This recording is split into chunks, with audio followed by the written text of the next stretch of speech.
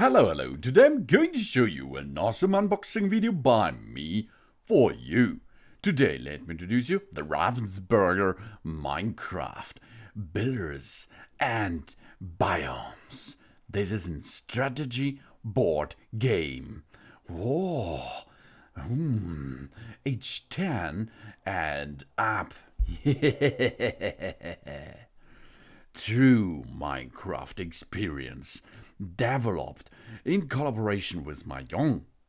Minecraft Builders and Biomes brings us players together in a shared in-person experience, a new adventure every time we can explore a new overworld grid and try a new building and biome strategy every time. And yeah, easy to learn with a clear, high-quality instruction manual, which is in the box. Start playing right away. We will get Builders and Biomes comes with the high-quality game pieces including 64 resource cubes, 64 building and monster cards, 33 weapon tokens, 4 player boards, and 4 experience counters, 4 character skins, and 4 game piece bases, 12 overview cards, 1 resource cube base, and 1 support structure, and instruction, of course.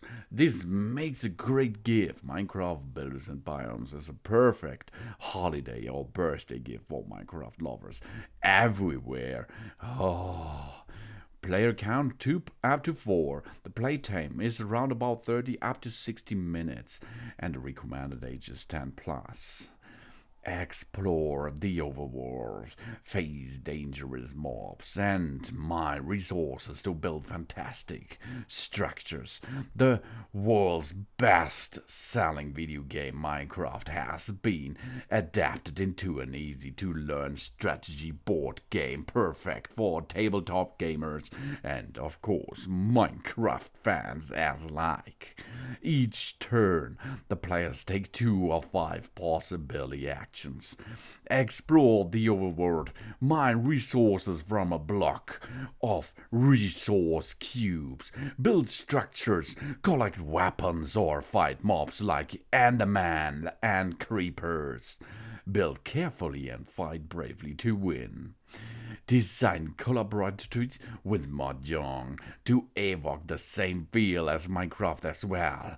Innovative gameplay is enjoyable even for those who never played Minecraft before. We have a mine for resources. Explore the overworld and defeat the mobs. That's really awesome. Haha, fight bravely to win. And now, let's have a look how this game works, because inside we have a bunch of cards and papers, etc. First step is we have to sort them, and then we get an setup to start playing that game. In Minecraft Builders and Biomes, the players explore the world, mine blocks, and build spectacular structures. We can plan our builds carefully and defeat dangerous mobs to win. First step is we have to set up the board. For this, we have to sort each material, each card, and then we can start with playing that awesome Minecraft Builders and Biomes games for 2 up to 4 players, and it comes with a bunch of control, with a bunch of materials and wooden structures, etc. Let's set up. So, job's done. Now let's start with the setup. Shuffle the 64 building and mob tiles and divide them into 16 face down stacks of 4 tiles each. Lay them out in a 4x4 grid with enough space between the rows for our game pieces to move between them. let's go to the next step. Now we have to shovel the 16 colorless weapon token and place one face down as the ends of each column and row to form a 6 by 6 grid. Of course, leave the corners empty. These are our weapons areas which we can gain and collect some weapons later. Now it's time for the materials. Place the block base next to the grid and easy reach for all players. Assemble the support structure and place it on the block base.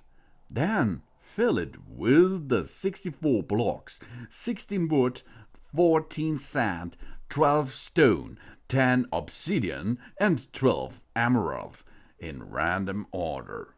Gently shake until the blocks form a big cube. Then remove the support structure by lifting it up on its flaps. So, next step is each player choose a color, red, blue, yellow or green, and then taste the player's board and game materials of the same color. The game materials include 1 game piece base, 1 experience counter, and 5 colored weapon tokens, 1 stone sword, 1 wooden sword, and 3 poisonous potatoes. These are the best potatoes out there, isn't it? Ha ha ha ha. Delicious potatoes. Then we have to start. Choose a player skin, character appearance, and push it into our game piece base. This is our character. Place it on the central crossing of the card grid. Then shuffle our 5 weapon token and put them in a face down pile. Place our experience counter on space O of the experience points track that runs along the edges of our player board. We can customize our character by painting the 4 blank skins or by putting our own stickers on it. Then we are nearly ready to have fun with that game. So, then place 1 set of the overview cards. Turn actions, scoring A, scoring B, scoring C, between the players 1 and 2, and the other set between players 3 and 4. Then we are ready to have fun with that card game. Oh, the players who most recently found a diamond in Minecraft is the starting player. When in doubt, the youngest player will begin. During our turn, we must choose and perform 2 different actions. We cannot perform the same actions twice. Once we have taken our actions, the prey proceeds to the left. During the game, there's 3 scoring rounds. The player with the most experience points after the 3rd scoring rounds is the winner. Then the same crossing can be occupied by multiple characters. During the course of the game, card stacks might be fully deployed or weapons token collected. We still move our characters along the path between the stacks, even if those stacks are empty. Let's go to the actions. Collect blocks. Take 2 blocks from the big cube. Blocks, these are materials, can only be collected if their top side plus at least 2 more sides are exposed. As long as these conditions are met, we are free to choose any block from any layer and from any side of the big cube. Add the blocks to our personal supply next to our player board. The green emerald blocks are wild cards. Use them instead of other blocks when building a structure.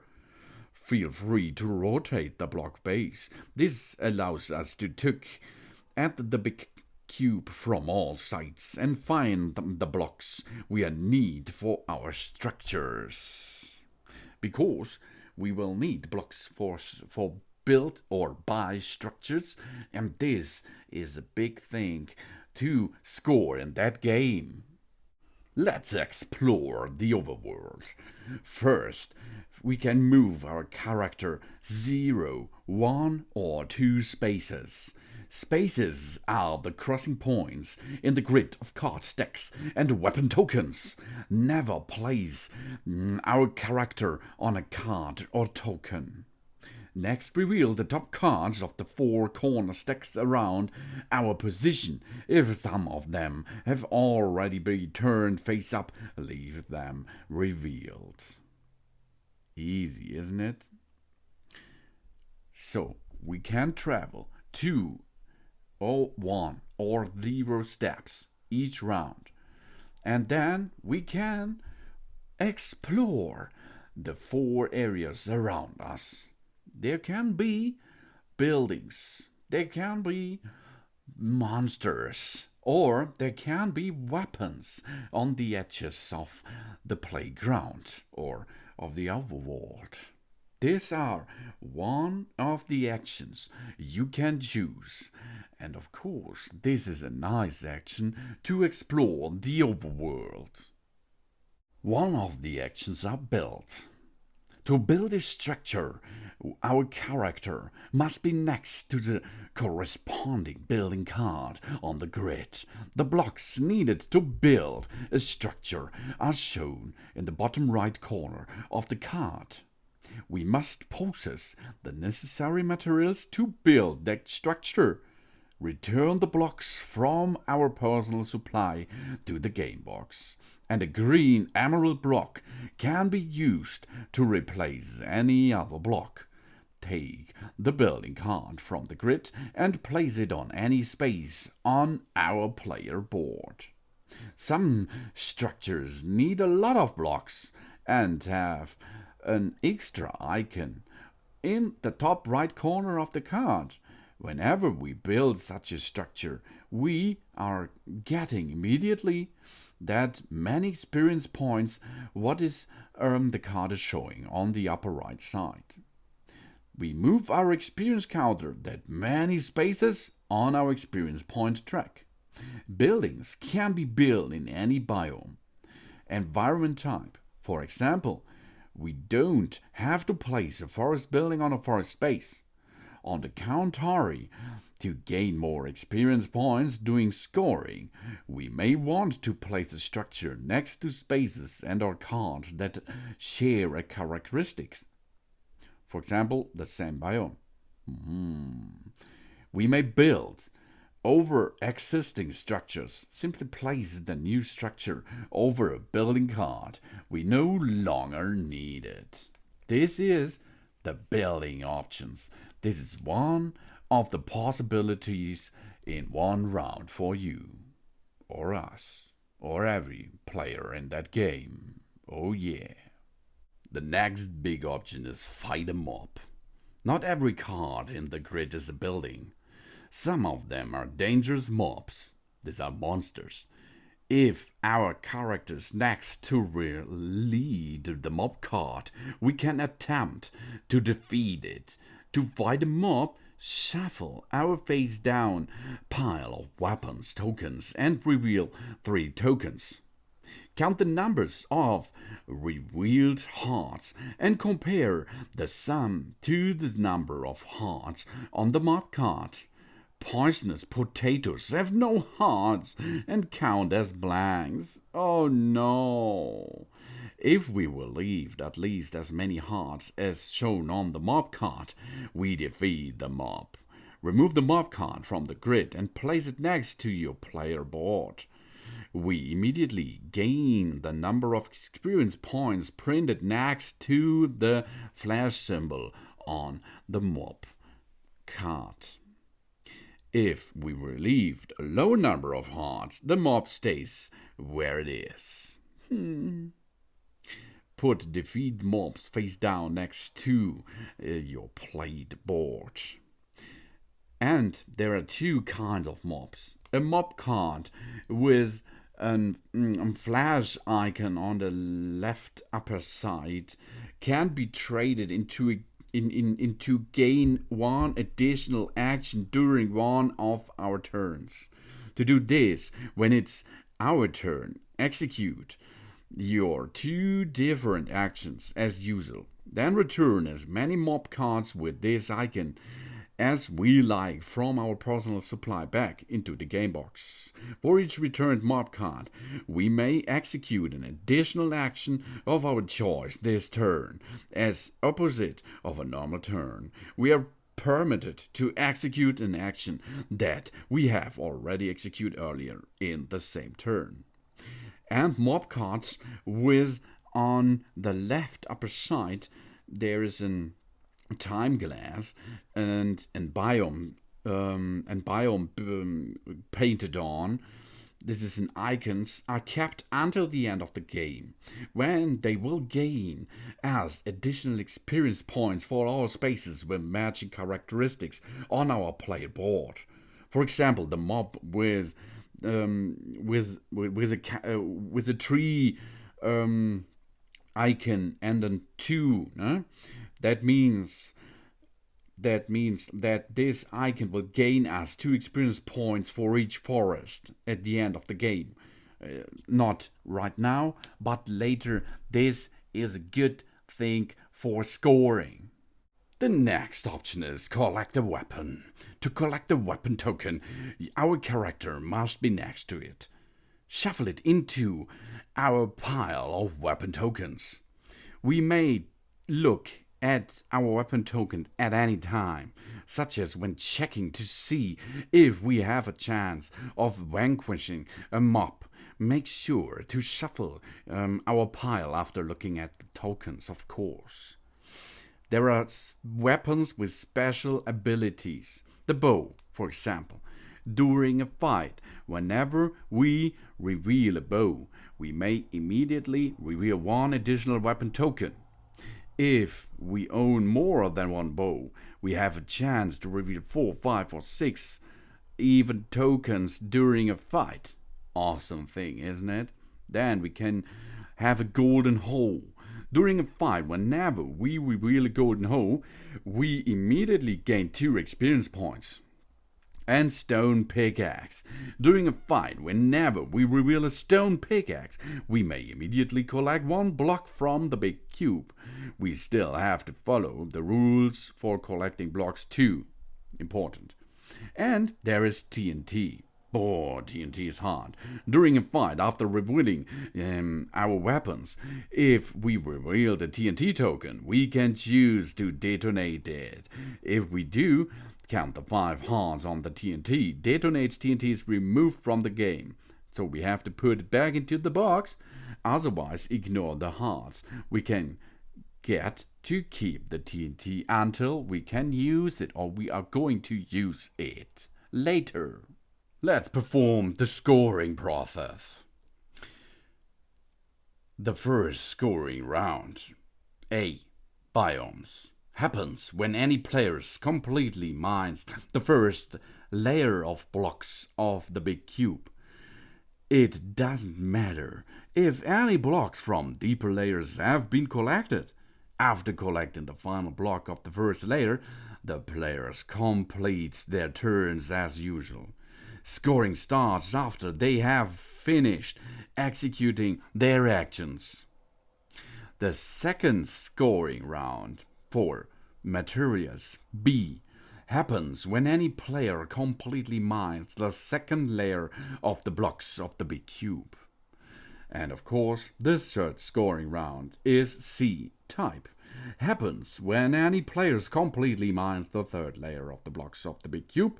Then the game ends, even if there are still blocks left in the bottom layer of the big cube too. If we own any mob card that grants our additional actions, feel free to use them in the same turn in which we trigger the scoring round. Scoring starts only after we have executed all our actions and finished our turn. It is possible to deplete multiple layers during the same turn by collecting multiple blocks. For example, by revealing the stone pickaxe during the mob fight, or by trading in a mob card for an additional action. In that case, after finishing our turn, all triggered scoring rounds happens one by one in the usual order A, B, and C. And this is the awesome scoring process, or start the scoring process, baby. The player who just finished at their turn goes first. Then we choose exactly one of the 4 characteristics on the current scoring card to gain experience points in that characteristics. First thing. In the first scoring round, that means biomes, we choose exactly one biome: forest, desert, mountain, or snowy tundra.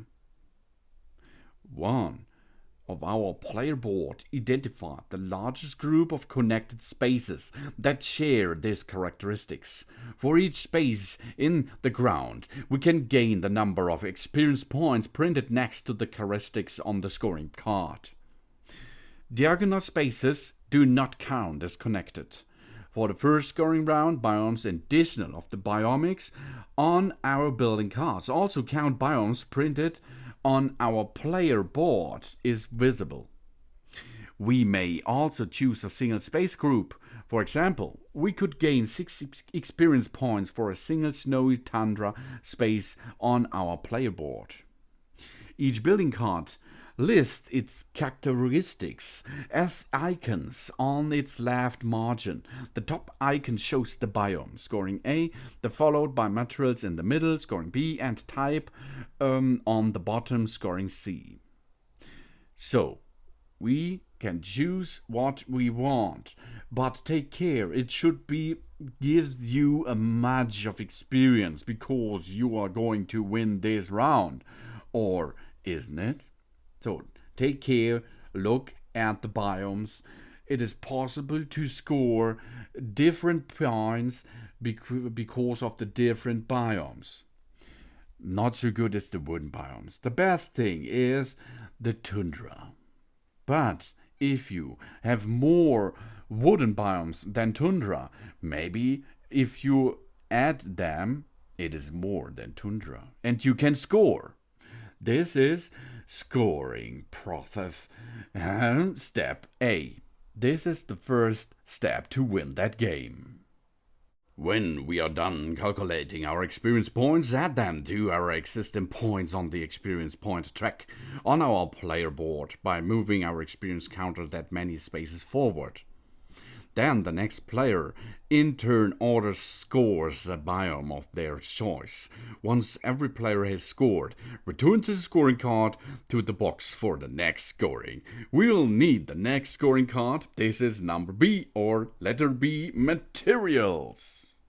That's awesome. During scoring, do not remove any structures we build or the blocks in our supply.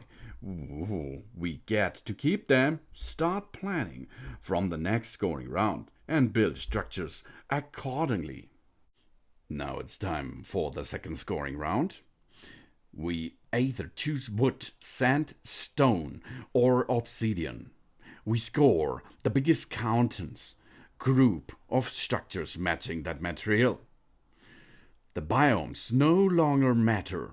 Ignore them. For example, we have different types of scoring things now. These are the materials.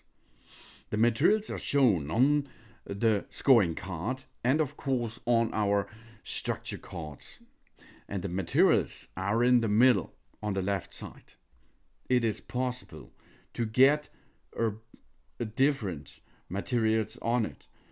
Wood, sand, obsidian, or stone. And then it's like the same in scoring step A. You can choose groups of them and then add the experience points at the end of the scoring to yourself. That's awesome, isn't it? It's the same thing, but it's now the second layer to collect and to check to get more experience. The third scoring. C-type. We have to follow the same rules. Select the largest continuous group of structures of a particle type. Decoration, dwelling, animal house, or bridge. For this, you have the scoring card number 3. And then you can choose these again, like before, to get more experience. And more experience is the best way to win that game. Of course, you can only choose one of the decoration, dwelling, animal house, or bridge options. And then I hope you have a lot of them in one line. Then you can score easily. That's not the entire end of the game. There's more options to get the reward. The game ends after the third scoring round, of course. Now it's time to score each mob in our collection with icons. Where is a sandglass, a number, and a biome, or other things. That's really awesome. Okay? We gain that many experience points for each space on our player board with that characteristics. As opposed to the scoring rounds ABC, and the mob cards count all spaces of the characteristic. The space don't have to be connected. This is new. After each player has scored their mobs, compare our experience points. The player with the most experience points is the winner. If there is a tie, the player with the most blocks in the supply wins the game. If there is still a tie, the tied players all win, of course. That's the best way. So, you have mobs. On the left upper side, you can see a biome, for example, and an experience card. And if all the biomes on your scoring card will now give you this letter of, in this case, 3 skill points. Or, for example, you have not a biome on it, maybe you have a material on it, or you have an animal house, or etc., whatever. Then you have to look on your board, and then you can collect the skills. Really awesome, isn't it? That's complex, but it's really awesome to make a good, long game. Of course, you can use a variant for beginners. If you are playing from the first time or with kids, there's a great way to simplify the 3 scoring rounds. Instead of counting the largest continuous group, just count all spaces matching that 30 on our player board. That means less playing ahead, since we can place the building cards on any space of our played board. But this is only for beginners. And you out there are skiller, isn't it? And this variation can be combined with the normal game too.